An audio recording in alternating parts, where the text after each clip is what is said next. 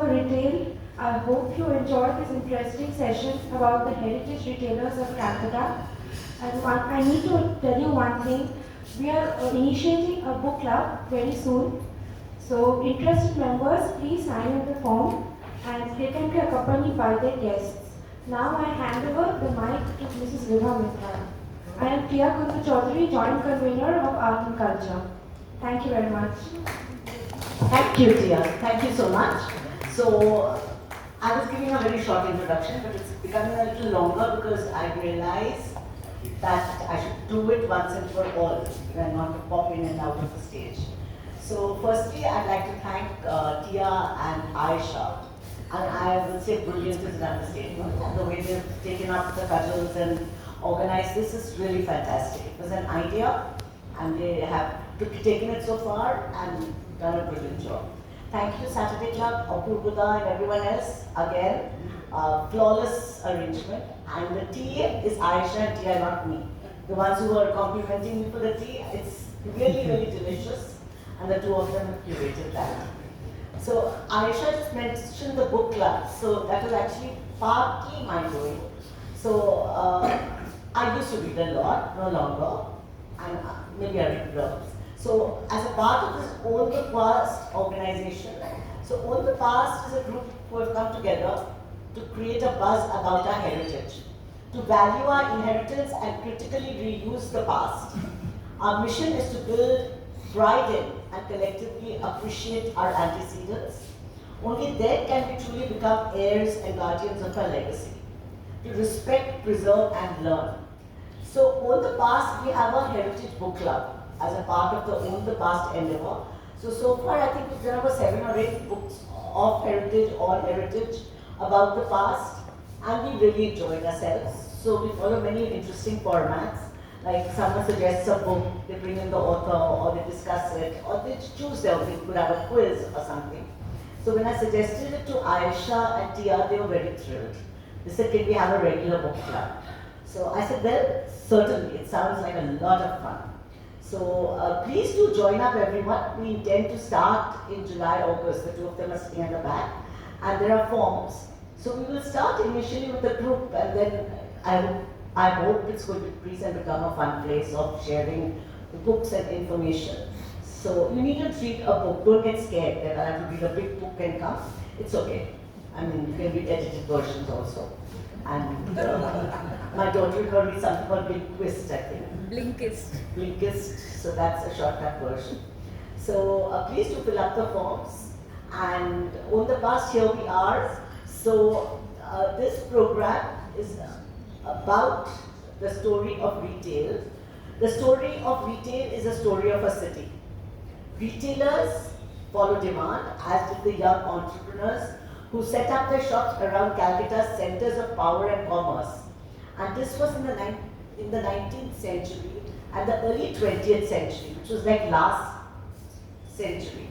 So just imagine Calcutta, which was growing and with the national movement, and all these things happened. The 36 shops whose stories are presented in this book are a testament to survival. They have persisted through the British colonial period, post-independence, liberalization of the 80s, 90s, and now the growing emergence of retail. And the format has changed. The author, Ashish Sanyal, is extremely preeminent. He has spent 30 years in the retail industry. He's worked in middle and senior management positions in Bata, Benetton, Hero Motors, and Escomars. He started his own consultancy, AMP Retail Services Private Company, in 2006, which is a boutique retail consultancy company. So we know who to go to if you want any retail ideas. He has written 2 books, one on the retailers of Bombay and one on the retailers of Calcutta. He is now semi-retired and is involved with a hospital project and an educational startup. And he is an avid, but not very good golfer. So, well, whatever that means, so maybe he needs help in that area to up his handicap. The moderator is Dr. Kaberi Chatterjee right there. She has a string of laurels attached to her name. She is currently Associate Professor, Department of English, Scottish Church College, affiliated to the University of Calcutta. former guest lecturer, Department of English, University of Calcutta. She's an alumnus of Presidency College and JNU Delhi, no less. Her areas of interest is very interesting. 18th and 19th century British literature, American women's writing, feminist theory, African American women's writing and theory, gender studies, translation studies, cultural studies, work of the Scottish missionaries in colonial Bengal, and the intersection of social, cultural history and architecture, on which she's going to do a talk for us. I mean, that she's writing a book on that. And despite all these laurels, which I knew of only today and yesterday, she's a wonderful person, extremely erudite, and a very, very good friend of mine. I'm totally irreplaceable in anyone's life. So will both of you come onto the stage? And I'll hand the discussion over to Raki and Kaberi and Ashish. And they will take it forward, and they will also do it as the evening progresses. Thanks, Vibha. All the things that she said, the last sentence was the best. And the only also one good that- billiard friend. average, but not good. That's what I'm doing in billiards. No, I'm very, very grateful to Vibha for the simple reason that she introduced me to this book. You know, she said, do a book reading. So, and when I read the book, I was absolutely amazed because as like most Bengalis, I have a tendency to think in terms of poetry, poetry, painting and all that. Shops, retail shops, that they can be so interesting, the history. This is something that I had not thought of, so I'm very grateful to you for drawing attention to that. So on that note, I thought I had this fantastic phrase I wanted to use ever since I read the book. We are going to talk shop today. Shut shop. So that was, I'm very happy to have that. On that stimulus, kind of, we will begin the discussion. As I said, there's so many things to research. Why retail? Because there are so many things, architecture of Calcutta, various things. Yes, of course. But retail stores, Okay, why retail? Very simple. I spent 25 years in retail. That's I really knew. So I had, what should I say, content, product knowledge, or industry knowledge. And of course, my love affair with Calcutta. The story started in 1963. This book, originally 1963. 1963 because that's the day on the 3rd of January, I still remember. We moved from Jamshedpur to Calcutta. And I was just mesmerized. The train journey, early morning, I remember, people going to the paddy fields, Howrah station, Howrah Bridge, Red Road. I remember the driver telling us, "Yahan pe train aata tha." And then, what really stuck in my throat, or my mind was the mounted police. First time I see mounted police, or a boy from Jamshedpur to see mounted police. What is this? And then we passed the Maidan, Victoria Memorial, and went to Astor Hotel. So that was my first morning. That evening we went for lunch to Waldorf. It's not there any longer. My sister's, it was her birthday, we went to Oxford Bookshop, and I went to India Hobby Center. And they actually mesmerized by the city.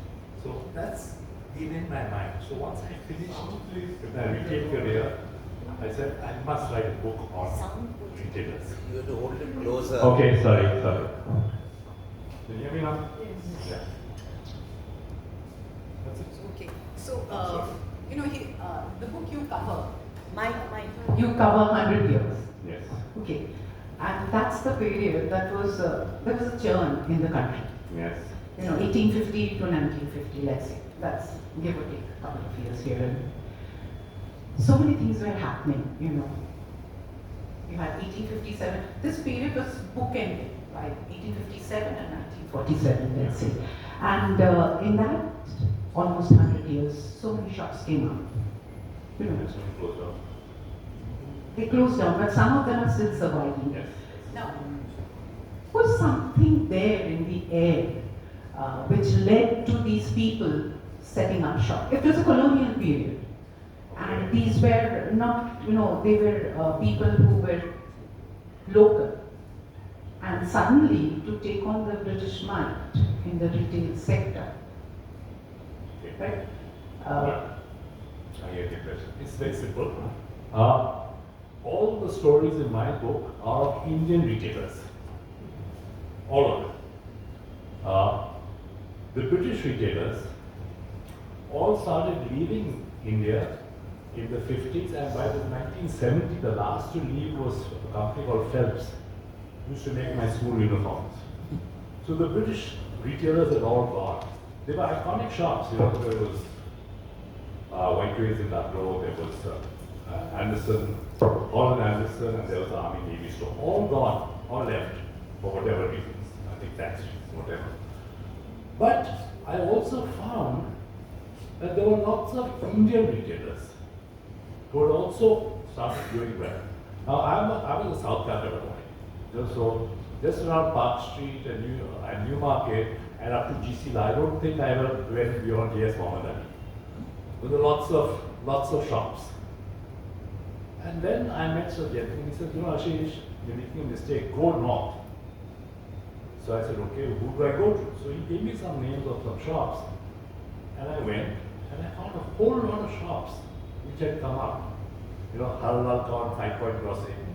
There was Krishna Paul, Showa Bazaar. There was another called M.L. Roy. There was Dasgupta Books, all College Street area. So there were Indian shops. And as you moved from north to south, there were Indian retailers. There was GC Laha doing very well. There was, who else was there? There was Newmarket had come up, and something very odd about Newmarket was that was the first time that the British allowed Indian shop owners to buy shops there. So lots of Indian shopkeepers were there. In my book, there's something called about Globe Nursery there. There was Nahums, of course, not really Indian, but almost. And there were others. There was right at the back of and if you know Newmarket well, right at the back was a shop called Rahman's. Right at the back. Right at the back.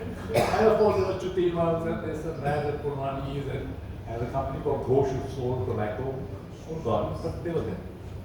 And then the city kind of moved. You know, Calcutta, okay, the other day I must tell you, there was something called the White Town and the Black Town. You know, I know you don't like that. What is the White Town? White Town was from the Strand Road, Lower Circle Road, up to Holali. That's where the Shine Park. That was the Shine. And there was the Black Town, which was beyond, not there. So that's how the city kind of grew to. So they say a story of a city is a story of it. And as the population grew, demand grew, purchasing power improved, so new shops came up. So, you know, this, we have this map over here. You know, in the book, I found this map very effective. When I was reading the book, you know, that moving from north to south, you know, the shops from north to south, Calcutta, and you notice, you know, so many shops in north, and that's you said the brown part. I would call it not black, brown. We're very color conscious, aren't we? So, so how do you think when they were setting up shop, you know? Okay. Land must have been difficult. And, you know, the other infrastructure that do you think the nationalist movement that was happening, did it act as a kind of a catalyst or something? Do you? Okay. You know, I think I missed out on that part. The theme of my book was Kal, Aaj aur Kal, yesterday, today, tomorrow. And I also wrote this book during a very difficult time. It was the week after demonetization. So people weren't willing to talk. They were always suspicious about who, why, what. So I should have, if I ever write the second edition and you can help me, do a little story about the socio-political condition of Calcutta, West Bengal during that period. I have a little question here for all of you. What do you think was the single biggest factor which stirred up the population of Calcutta? Early 1900. Anybody wishes to take the question? Take the question. No, I think the famine in the rural areas. Partition 95. No. Anybody else? Migration. And then you'll say, oh my God, I know. This was also will say, oh my God, of course.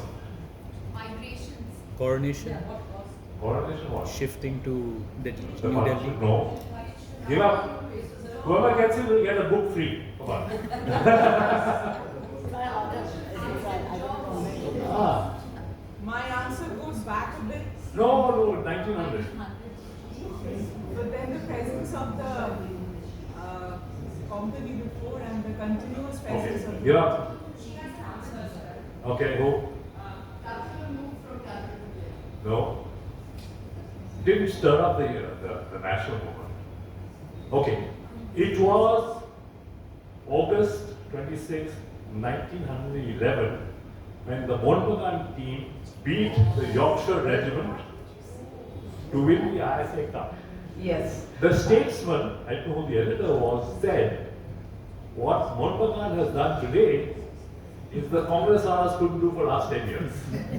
So do you agree that was the single biggest thing that happened in India? If it is Calcutta and if it's football, I'm willing to bet it's was true because Kolkata and Mohanbagan, you can't miss it. So what was the effect of Mohan Bagan winning?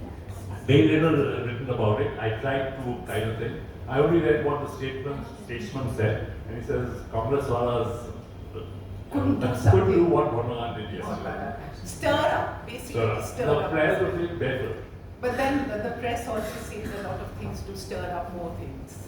Yeah, there are other things, of course, like partition, moving of Bengal famine, Okay. coming back of Gandhi, etc.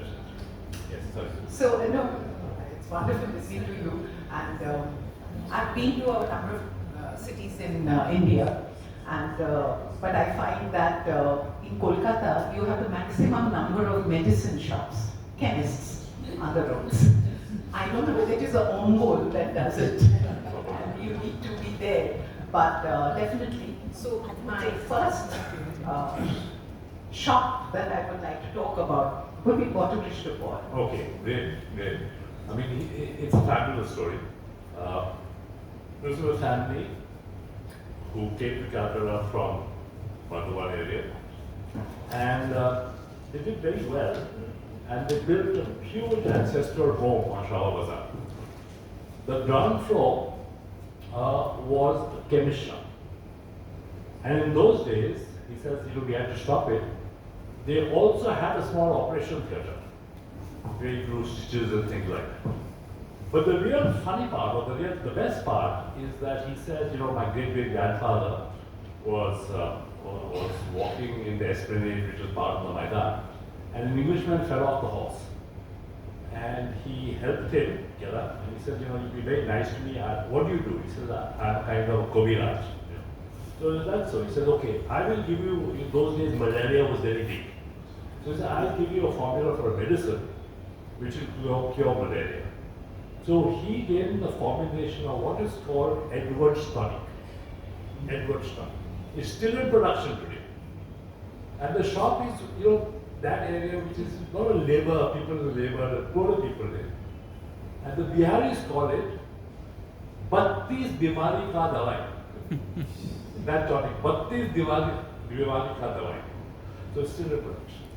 So, yeah. What is So it? I don't know, but these Bimari, would it have anything to do with 32 teeth? Otherwise, how do you come to that number? Yeah, It was it's not- not a mystical number. 32 is definitely not 3 or 7 or 9. Yeah, So, battisi utarte, aap to battisi nikal Maybe de. the Biharis knew about When you wanted to fight with somebody and you wanted to, really sort of get your own. Battisi dikha de, that. I think battisi is a phrase that people keep using. He's a hero in India. actually so interesting, to listen to Ashish. Use the mic. Sorry. I teach. So, the microphone is, fixed to the table. And I throw my hands around. Calcutta without Mishti. The earth without air. Am I right? Absolutely. So, can you guess the next shop we will be talking about? We've already put it up. Yes, Noli Chandradash. I'm just going to be very anecdotal about this before I pass the microphone over to the real researcher and the historian. I teach in Scottish, you heard. It's very close to Noli Chandradash's outlet. And I have a terrible time when I walk down that street. And my colleague is here, Sriman, they know that when I go, they have to push me to walk down. I usually stand and eat.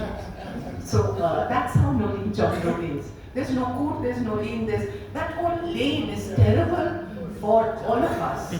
But it's so wonderful for the economy of the state. That's how I like to look at it. So, Noli Chandra. Okay, Noli Chandra. Okay. He had land, very poor. They landed up in Calcutta. Their land that they had was taken over by the British to build, to grow indigo or opium. I'm not sure, but he wasn't sure. Anyway, so he came and he really started in a hut with a thatched roof. And there was a lot of construction going on in that place. And he and his mother decided that let's make cottage cheese and moody mixed together. It was called Monda, which was filling and very inexpensive. I think 1 paisa for one those days. Okay. Well, 1 paisa for 5. I don't know.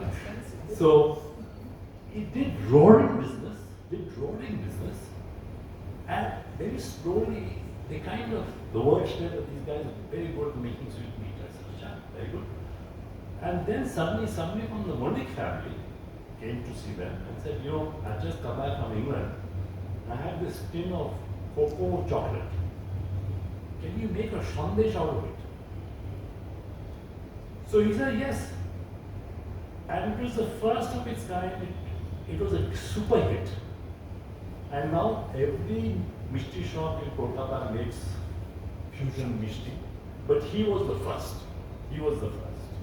So, that's Noli Chandra. And the other thing I've done, another thing I must tell you that in my 35 story, there must be at least 25 Mishti shops in Calcutta which are over 100 years old. I chose the oldest, although Bolram Malik, K.C. Das are better known, but yeah, K.C. Das was like.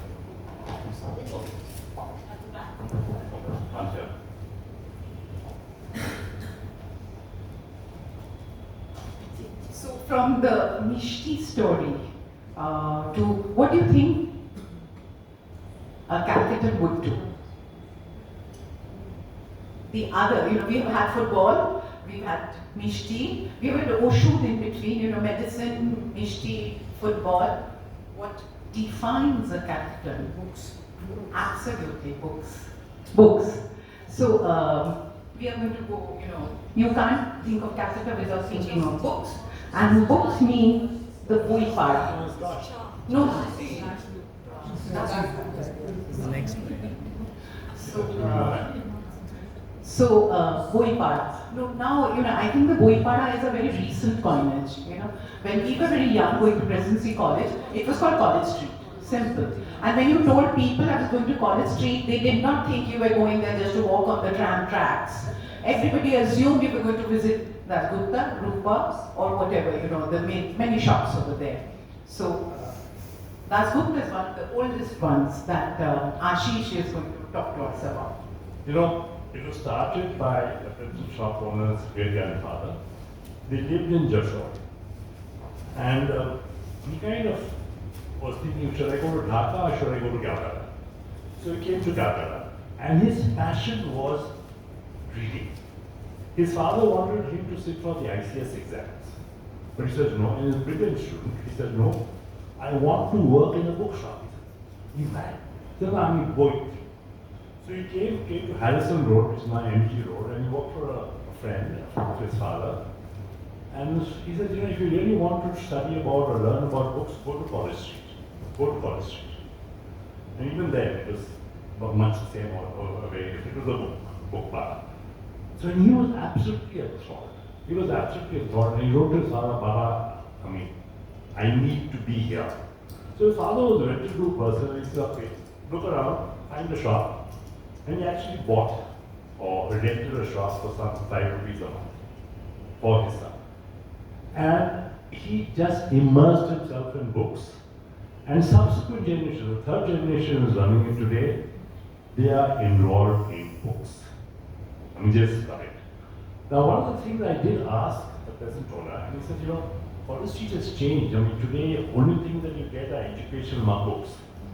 So, he said, you know, that's the way it is. And I said, what about these hawkers? Don't they kind of disturb your business? He said, of course they do. But he was a very diplomatic kind of person. And he said, you know, that's the new subculture. I have to learn to live with it and get on with life. And I said, what about rare books and things like that? He said, you want to see rare books? Yes. So he took me upstairs, and this is my book, the photograph. You can get first edition books. If you want to pay for it, it's available. First edition books, rare books, he has them. And he's an amazing gentleman, He comes into the shop at 9 o'clock in the morning. The shop doesn't open till 11. He sits slightly raised on our platform. His desk is here. And he sees everything that is happening in the shop. Hawkeye, you know. And he doesn't interact with people. He's not a social kind of person. He just watches.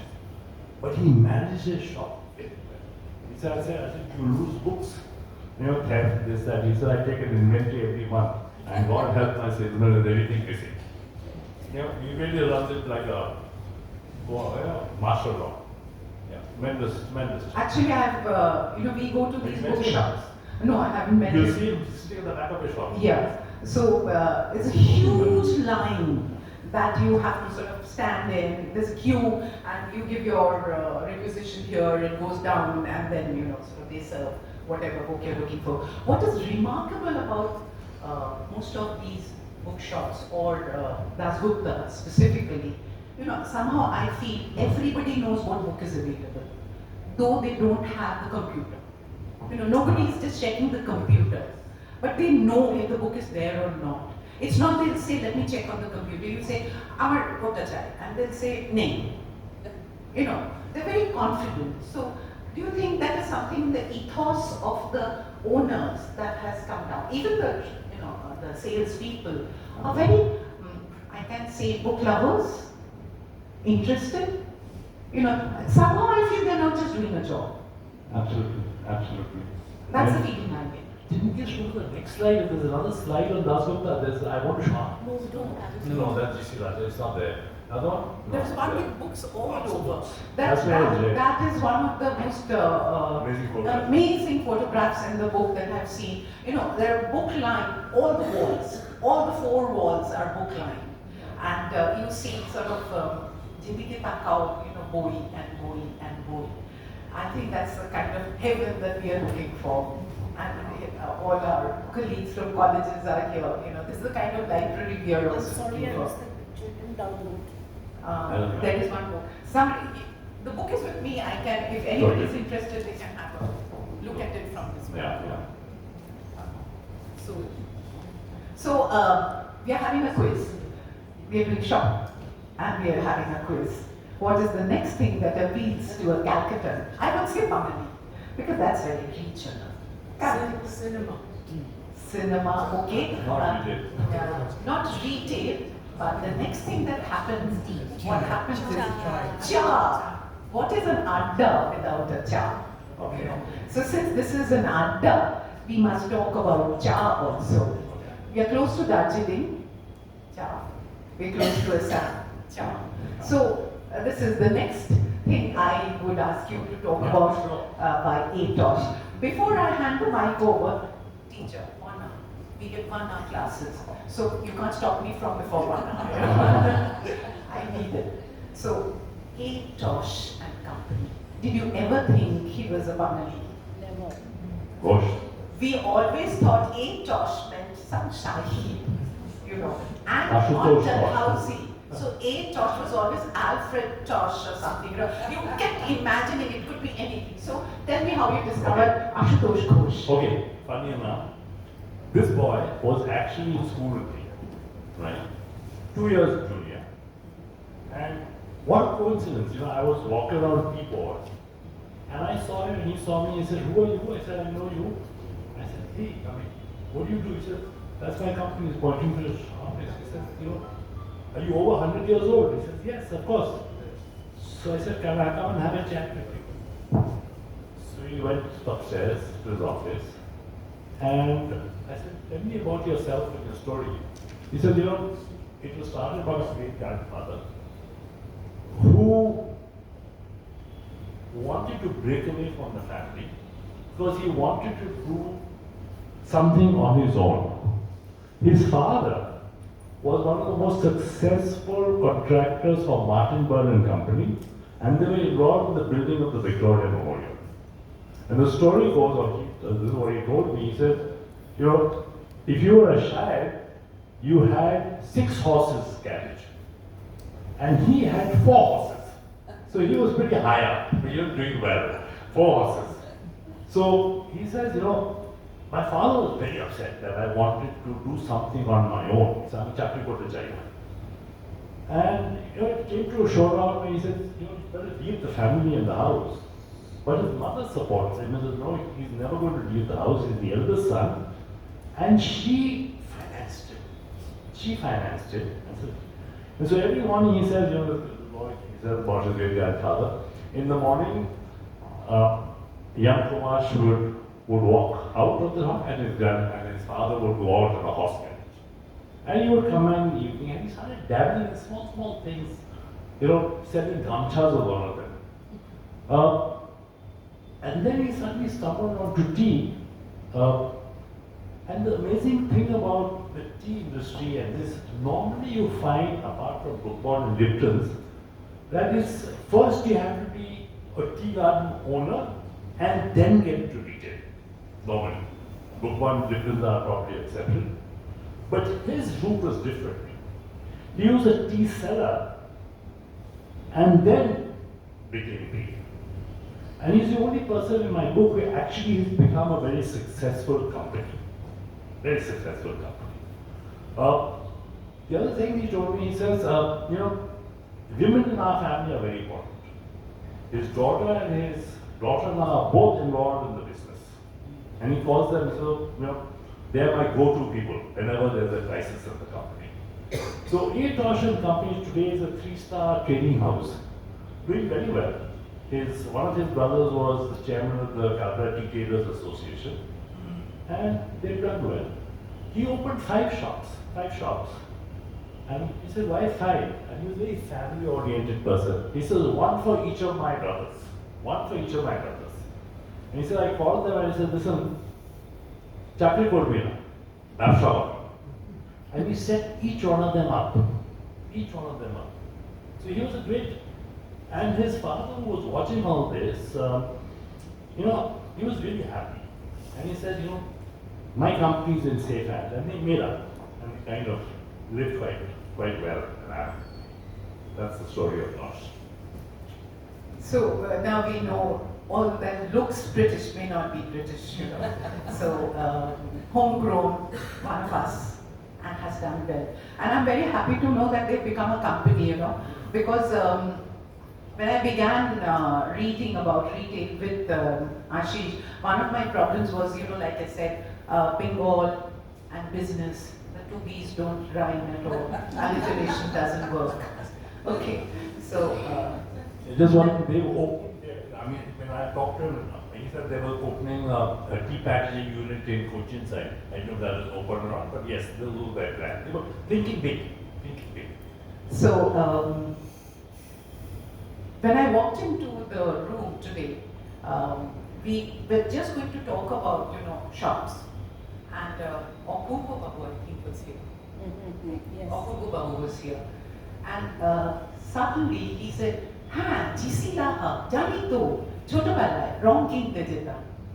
So just think of a shop, a small shop, or somewhere near Thormodal. And I would share this information with you. That I don't know whether you know it. You probably know it, being historians or everyone over here. Thormodala was named after, apparently, a temple that was there for the god Dharma. This I have from Johor Sharkar. So I'm on absolute solid Did ground. they change the name to something? I don't know. Anglican or He said something? there was a temple on god Dharma and Ujjana Dharma. Something like that's a kind of history. Anyway, apart from that, so GC Laha is such a presence. I think when we were very young, we went there for buying crayons, colors. We didn't, and even painters, reputed painters went to GC Laha to pick up painting stuff from there. And architects. Yeah, And they had there is that an also. architect in the corner who very quietly said even GC Laha was important for architects. From Japan to Germany, they got their temples. Okay, so pencils apparently, architecture, pencils were very important. Thank you, I stand corrected. So GC Laha, would you like? Okay, Gisela's amazing shop is run by Siddharth, his son, whom we see him at the back. The amazing thing is, you see that balcony? Yeah, that's brass railing given to him by his British partner. And if you look even closely, it's got GC Lahat, the letters there. So that's him. Now that shop atmosphere is like a perpetual constant adda going on. Constant adda. People walk in, talk to him, suppliers, customers, friends, right through the day. That's all he does. He's Korean and he really has, he said, I lived up to the promise of my father. And the shop is doing fantastically well. I mean, how many people, I mean, Hussein was a family friend.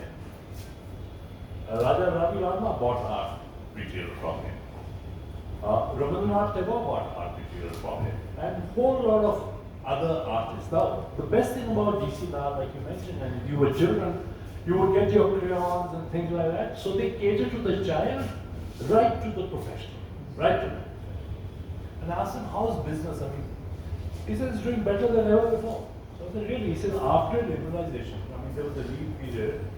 But after liberalization, I noticed, he says, people are becoming more discerning. They're willing to spend money on the best. And they get it. And they're able to import it. So artists, and I mean, nobody will say that the business is doing bad, doing well. In fact, doing better than ever before, he says. He's not worried about the future. I said, what does your son do? He says, I don't know. He's a banker, so whether he'll come back and work at my shop, I said, then what happens? He says, he points to his salesman, he says, yeah, I'm just going to go. So he's very bidas, so to speak. Good guy, good chap. So Not very old, 55-ish. business and bindas. We are getting very, very alliterative. There's this word that has become, in currency now is multiculturalism. Everything is multi kind of. Calcutta was multicultural from 1900, even before 1880. So we have a cake shop that was set up, and all of us know the cake shop. Now all the fancy stuff that has come up has been a very recent kind of, I can say, intervention into the psyche of the city. The city had its cake, and we all went to Nahum's. Absolutely. I mean, now it's, okay. At the moment, the Jewish owners have kind of left. The eldest who was here the longest, he says he's not giving very good health, so he hasn't actually, he came last winter, he hasn't come this winter. They have a chap from Mr. Mondor, I think, who looks after the shop, and he's been with them for the last 30 years. Sorry? What's his name? Halda, sorry, Halda. So, and he says, okay, I'll tell you about that a little later. And he says very clearly, we are a Jewish bakery period. That's his USP here.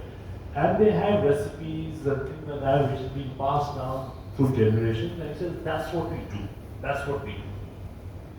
And whatever happens during Christmas and Easter is bonus. But Jewish products and Jewish bread, Jewish pastries is what we do best. I said, you have your factories just off Sutter Street, can I go? He says, no, you can't. Very clear matter of fact, no, you can't, it's secret. But if you ever go to that shop, have a look at the desk that he sits on. It's not this big. The most beautiful wood carved desk. And he's very proud to be sitting there. I said, you shouldn't be sitting there, you're a bit of a cocky fellow.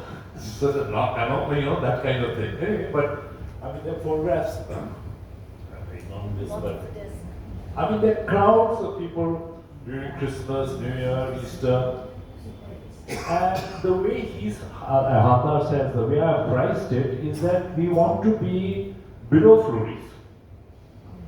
So, and he's doing good business. Upper middle class goes there. I mean, anyone who goes to Newmarket has to go to. I told him, why don't you open a cafe? He said, are you crazy? I mean, there's too much under. But I think he's giving milkshakes and things like that. No, you can take out? I'm not sure. No, he's not. Okay. But you can pack the patties and eat and walk away. Yeah. So that was Newmarket, that was our childhood. You went to Newmarket and you did your shopping, and then you went to Nahum's, you picked up a patty, and then you skipped your way on a tram to wherever you were going. So that's why your book resonates, because you are talking of these little stops that we all sort of went to. The other very, aspect of Calcutta is its music. And if you wanted Western classical music, books, instruments, where would you go? On the street. You would, if you just wanted to listen, you went to Park Street. But if you wanted to learn, then you went to Braganza, because you had to pick up the instrument to play. So. Okay. Braganza started their life in Goa, the brothers. Goa being Goa, very much what it was now, it was then. Music, laid back lifestyle. So the brothers suddenly decided that, Rangoon is a very exciting place to be, Rangoon. So they went on to Rangoon and they became very successful musicians, playing at nightclubs and things like that. One played the clarinet, another played the saxophone, very popular. But after the Japanese came, they kind of evacuated and came to Calcutta. Now they were kind of lost, but luckily the Goa network was very strong, and we got this shop on Marcus Street. And it became a place for people to, what's the word? Jam. Have gigs, etc., etc. And they did very well. And they started getting a regular work at Waterloo Street. There used to be a restaurant called the Central Hotel, where Amber is today. So they used to play there every evening for a long time. And then in the 60s and things like that, the government imposed taxes and things like that on live music. And they said, listen, enough is enough. Now we have this shop. We're just having, it's like a club. We're staying somewhere else. Let's make this into a shop. So they started making violins, making guitars, and repairing pianos. And even they tied up with the London School of Music to conduct examinations, the Trinity College of London, LRSM and things like that. ABRSM and things like that. Associated Board. Yeah. So they're quite happy. One of the brothers actually is an IIT Kharagpur engineer. And they're quite happy. So all of us have, in Calcutta grown up with Western classical chamber music, basically, a lot of chamber music gets played. And Tony is the go-to person. The person who's Tony's yeah. So we have been talking of Newmarket and fond memories. But when we were young, now we have the Google map for precise location. You don't get lost. And if somebody asks you to wait at 4 under the clock tower, that is romance in the air. Either the clock tower or close to the flower range. That is again romance in the air. So, and I saw a very interesting photograph in your book with Globe Nursery and something to do with Netaji. I was thinking of love. He's telling me something about Netaji. Okay, okay. The gentleman who started the shop was a revolutionary. One of He was a revolutionary, and he was actually tried for a bomb somewhere went off, the Rwanda bomb, some explosion, and he was sent to UP jail, Panal's jail, and he spent a couple of years there. And he was very interested in horticulture and flowers and things like that. And he says, or also agricultural products. And he says, you know, what can we do to improve a lot of our farmers? And started experimenting with them. And something you have to give to the British jail, they had very good books. So he was able to access those. So he got released, and he came from a very well-to-do family. They had a house somewhere where the horticultural garden used to be. I don't know if there's any connection, but there it is. It's somewhere there. And he bought about 100 acres of land near where London Airport was. But once the airport came along, he had to sell it. And then they went further in to a village, I forget the name, and he bought 2,000 acres of land. 2,000 acres of land, which is a lot, huh? Sorry? Okay, I don't know how he did it, but I mean, or he maybe, you know, kind of collecting or whatever. Oh, no, sorry, he got 200 acres of land and 2,000 people were involved in that. No, I'm on your page, the land seeding did impact a lot of us. And he really started doing good work. Really started good work, and that's where he connected with Netaji, and kind of got quite friendly. And he said, "You're doing very good work," and encouraged him and things like that. And after he passed away, he had a student who is now looking after the business, and he says, "You know," I said, "What you are doing?" He says, "No, no, we're doing very well. We have our regular customers."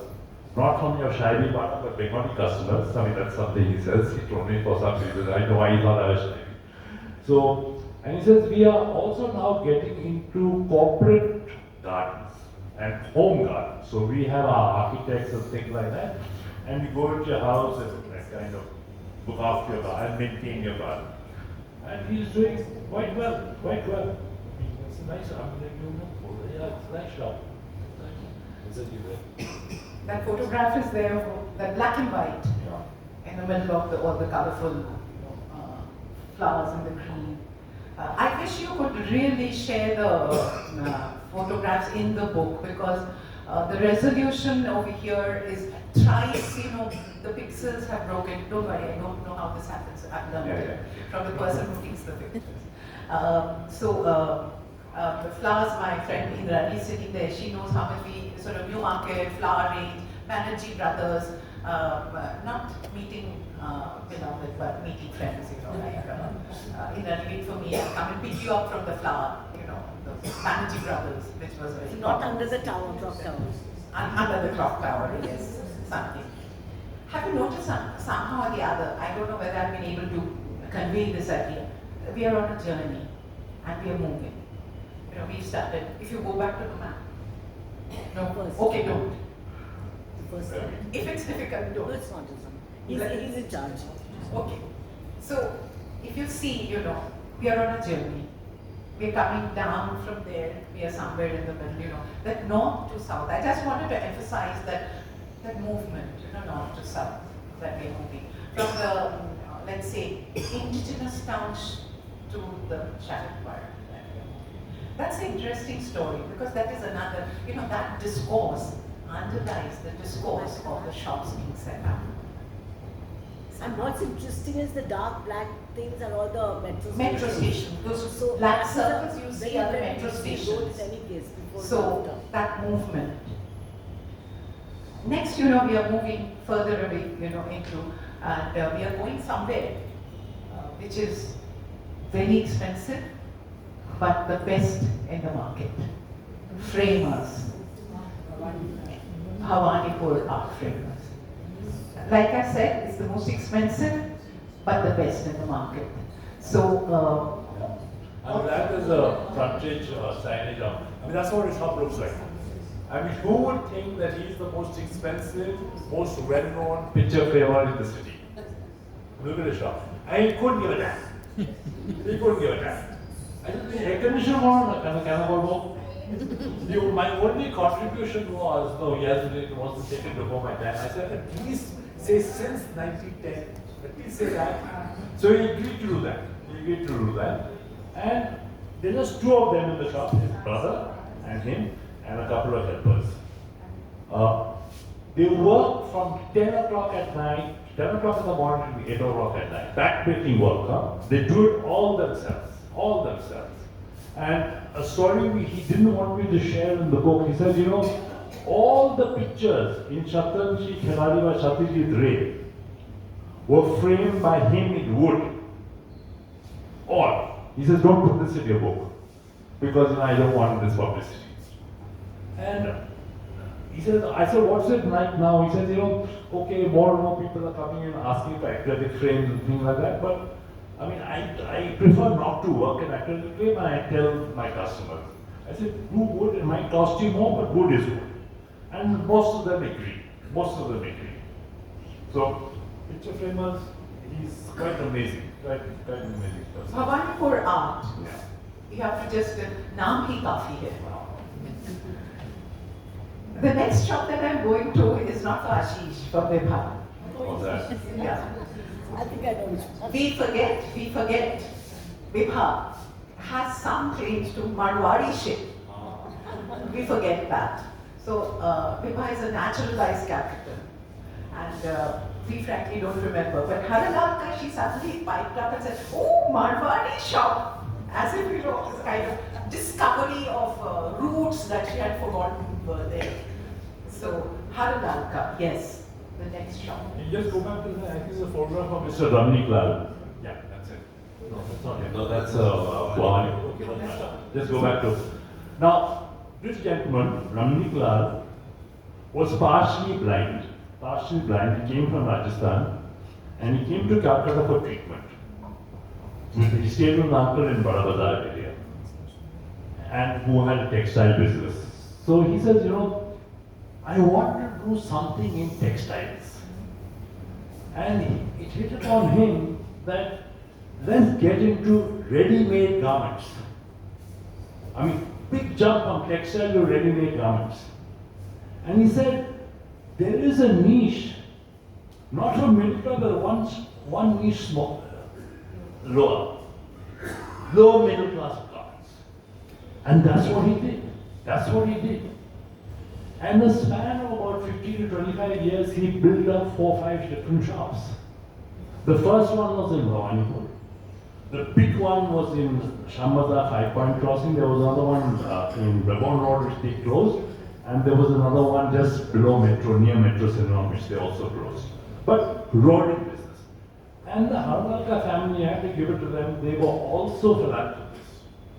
They built a hospital called the Ramnik Lal Hospital, which still exists, very close to their shop on Bhawanipur. They also built 2 schools, one in Khedapur and one in Bhawanipur, for girls. So they were fairly evolved and before their time. Now, the younger generation has also come into the business, and I met one of the girls who was there, and he says, Uncle, we are going to do something. We are going to go online, and I think that we raise our prices, we will position ourselves differently. I said, what do you call yourself? Haralalka is synonyms. He said, we call it HL or something, So they're young now, I mean, really young in their 20s, and they are very hung-ho about the future. And a couple of years you'll see Haralalka something, H brand, H&M or something like that, H&T or something. Copyright?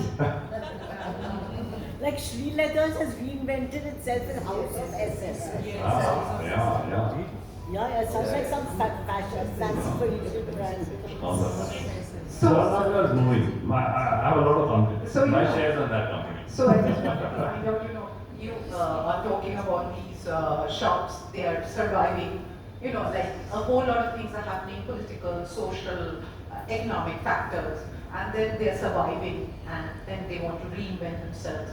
So what do you think makes these, and they're all family owned. All family owned. Family owned Yeah. institutions. I think by now I'm not going to call them shops anymore. We're going to talk institutions. So what do you think are the I found supports? five or six things which are common in all the shop owners. All. Number one, their founder was somebody who was a man before his time. He saw the future. Number one. He was an excellent leader. He really motivated his team and his people to work hard. He was very God-fearing. Very God-fearing. Number two, number five, they were extremely hardworking. Extremely hardworking. Very prudent with their money. Very prudent with their money. No wasting money. And last but not the least, they were very good to their people. So these 5 or 6 things that they kind of followed, which hold them in fairly good stead even till today. Even till today. So these are the kind of 5 points that I would think are the best aspects of these owners or these shops. One scene in Calcutta, which is very common, is early dusk. Children have come back from school and all that, and dusk, there is a harmonium playing, and some girl is singing a song. Kola Shadha in the evening is a must, because if the Bengali has to have fish, she has to sing also. So, the next shop is Pakrashi and Kaberi. Very interesting shop. It's the furthest north, or furthest south, I beg your pardon. Furthest south, Goliath Road off Kalighat, right? Now, his father, gentleman, he actually was very interested in harmonium. He was like tinkering around with things, with the harmonium. And he was based in North Calcutta. And there was a very famous harmonium shop there. And he says, why don't you get involved with me and do my repairs? I said, yeah, I'll gladly do it. Now this gentleman was someone's foresight, and he kind of found that Calcutta was expanding south. More and more people were coming south, especially Bengali upper middle class were coming into south. And he says, there's a shop there. Let's get into partnership. And he had a very good network of artists. And that's when they started getting brand endorsement or brand ambassadors from well-known people, well-known artists. And that kind of gave them a flip. And they of course believed in quality, and they did a good job. And then the third generation has come in now. And this guy is an absolute tech-driven person, very tech-driven. He is on Skype with all his customers, his customer complaints, anything he manages. And every year he goes to North America or New York. There's a Bengali Sammelan there in September or October. He's there every year. He sponsors an evening, etc., etc. And he says, today, 50% of my business comes from America and Europe. 50% of his business comes from America and Europe. So he's quite a story. This has been a wonderful journey, from the north to the south, Goliath. And Goliath is the modern hub, of shops. If North Calcutta began as a hub of shops, now it's there. So he calls it what was your main retail, the story of a city, the story of retail. I'm going to change, I'm alliterative, the romance of the retail. And I love this phrase. So I think today's evening's decision was, to call this whole presentation, by Ashish as the romance of the retail, which inspired him to write this book. And I have had a fabulous time reading it, going through the pictures. And now the floor is on yours. I'll just make one observation. A lot of people have asked me, how many of your shops have shut down? Not one. One of them had to close down because the poor lady died in Trinity Bazaar. She died. The other one was my friend Rishi Kumar, who got tired. He got tired. He said, Ashish, I can't manage this. I need to play golf. I need to go on holidays. Every day I'm in my shop. So he just sold out. I mean, he's got a partnership with some bar or something, but only two. Only two. So obviously there's something that these guys are doing right. Obviously there's something that these guys are doing right. And they're there. The lady who died, you mentioned, just to Chapping, Chapping, yeah. yes. She said something lovely before on your visit. I read in the book. It's written that she said, every day I'm going to come down to my shop. Yeah, And to she that, lived on top, yeah. on the top story. And I think she was quite Yeah. elderly when she said that. Yeah. And she died a couple of happy Chinese. She's a maths teacher in a Chinese school. She used to do her calculations on abacus. Tremendous lady. These are tremendous stories, amazing stories. Now the floor is open to all of you. I mean, if this has resonated anywhere. Yes, yes. What about the Chinese shoe shops in Okay. Market? Yes and no. Why did I not touch them? Why did I not touch them? Because all the Chinese shoe shops on Bentley Street have now become Bengali owned. All of them, most of them, 90% of them. Bengali owned. Okay, so they're not really. In Newmarket, is Henry still there? I didn't see. Maybe I made a mistake there. I didn't include shoes. I was looking for the shop, which was the first Bata shop, because having worked for Bata, and somehow, I said, too many shops in Newmarket now. So I just let that go, and then the shoe thing just kind of slipped my mind. Yeah, should have been there, could have been there. Yeah, actually, Henry is there, still there. Are they actually Chinese shops? Yeah, owned by management by Chinese. There's one in Ritz, Chapping, Chandni has Chapping. No, Ritz and Niche. Yeah, okay, that's there. I know people from Bombay and Delhi used to come and make shoes from it. My dad used to get shoes made regularly in Venice. You could order shoes, like you could order custom made, which was a concept which was very, very elitist. So, any questions, any observations, any feedback? The floor is all yours. So, that goes down years ago. That was the first shop I saw. I lived in Astor Hotel for a couple of months, and then the first shop on the corner was Astor. And I still remember those huge glass bottles, colored water inside. Amazing shop. They closed down, taken over. Beautiful shop. First shop I saw. Yeah, became Lalus. Mrs. Mukherjee. The other thing I miss very much on my train travels is the A.H. Wheeler. Allahabad company. Allahabad based company. Yes, Allahabad based, but they were kind of ubiquitous all over. The south is Singapore. The south is Big bottles, yeah. Okay. and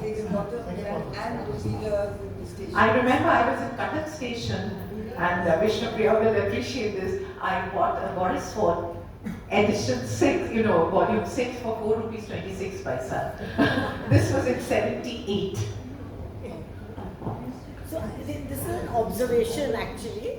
So Macaulay introduced the English education system to create clerks. And mainly the Bengalis either were zamindars or they were going to work in British offices. So this is a very unusual breed of entrepreneurs. I mean, this is a very unusual side of Calcutta. No. So I'm just observing it.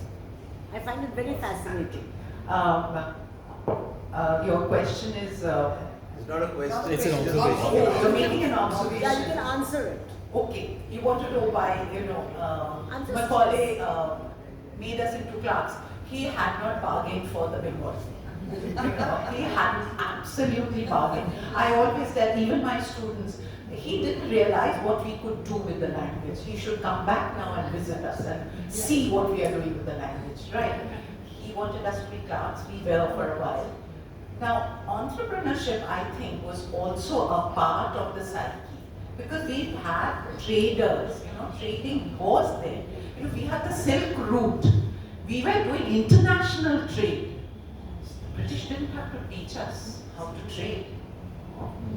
In fact, the British really didn't have much to trade with. What would they exchange with us? They only had very the wool. Down the hook, up again, up the Thames. Yeah. And coal. They would say. Any other questions, anyone? Anything else? Observations, questions? Shanu? When they first came, It was very interesting. Thank you. Aisha, yeah. One question here. One close that. Your father has a retail store or whatever. It's very unlikely that the son or the daughter will take over. So the fact that you have 2 or 3 generations who are taking on, did they do something to, induct them, inculcate this entire thing, or to train them into this sort of move? I'll give you examples, and I won't give you the names of the shops, where the son, educated, whatever, he felt that standing behind a counter was either embarrassed in case my friends came and saw me. Exactly. Yeah, that feeling was there. But on the other hand, there were also people who were very proud of what their father or their grandfather did, and they did what was supposed to be done, and they grew the business. They grew the business. Take GC Daha, for instance. He has no problem sitting there in his shop, fumes of Dharpala coming in, but he's enjoying it because for him. So look at the halal one. That's why I kind of pointed out the Marwadis. They are enterprising. And you can't take that away from the Marwadis. And I'm sitting in Bengali land. So, that is something which is commendable. So thank you so much for this wonderful journey. I thought that this book was indeed very much like we wanted to do it. I hope all of you enjoyed this. I'd like to add a thank you for these 2 young kids who are sitting here. One is Shomik, who's helped with the presentation, and Komal is doing the photography, and Aisha and Pia, thank you. Yeah. And for the book club, we're starting in July, right? I just want to take this opportunity to thank everybody here, especially Sir, ma'am. It's been a very informative journey for me today, right from Rolling Chandra and other things like GC Daha, our homes, and learning about the history behind these shops that we frequented growing up. It's been lovely, and we look forward to more such sessions in Saturday Club. I also want to thank Vibha Aunty, please. It's been lovely, and you have come forward. We love the initiative. We want to have more such events here, so we'll definitely try to take this forward. As Auntie had mentioned, for those who are members here, we want to start the book club. So after the event, if you could just fill up the forms at the back, we'll get in touch with you shortly regarding that. Thank you. Thanks. Also, we want to show our appreciation to the 3 of you. We have a small hamper for you. So we'd just like to give you that, please. Dear, if you would please go up and take that. Thank you. Auntie, please join us. Please come on stage. Thank you. Thank you. Dear. Thank you so much. Thank you so much.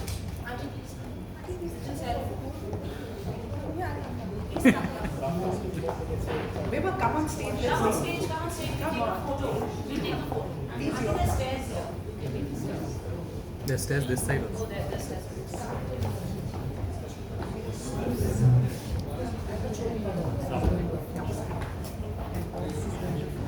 I think it's only take a photo. Please come front. It's cool.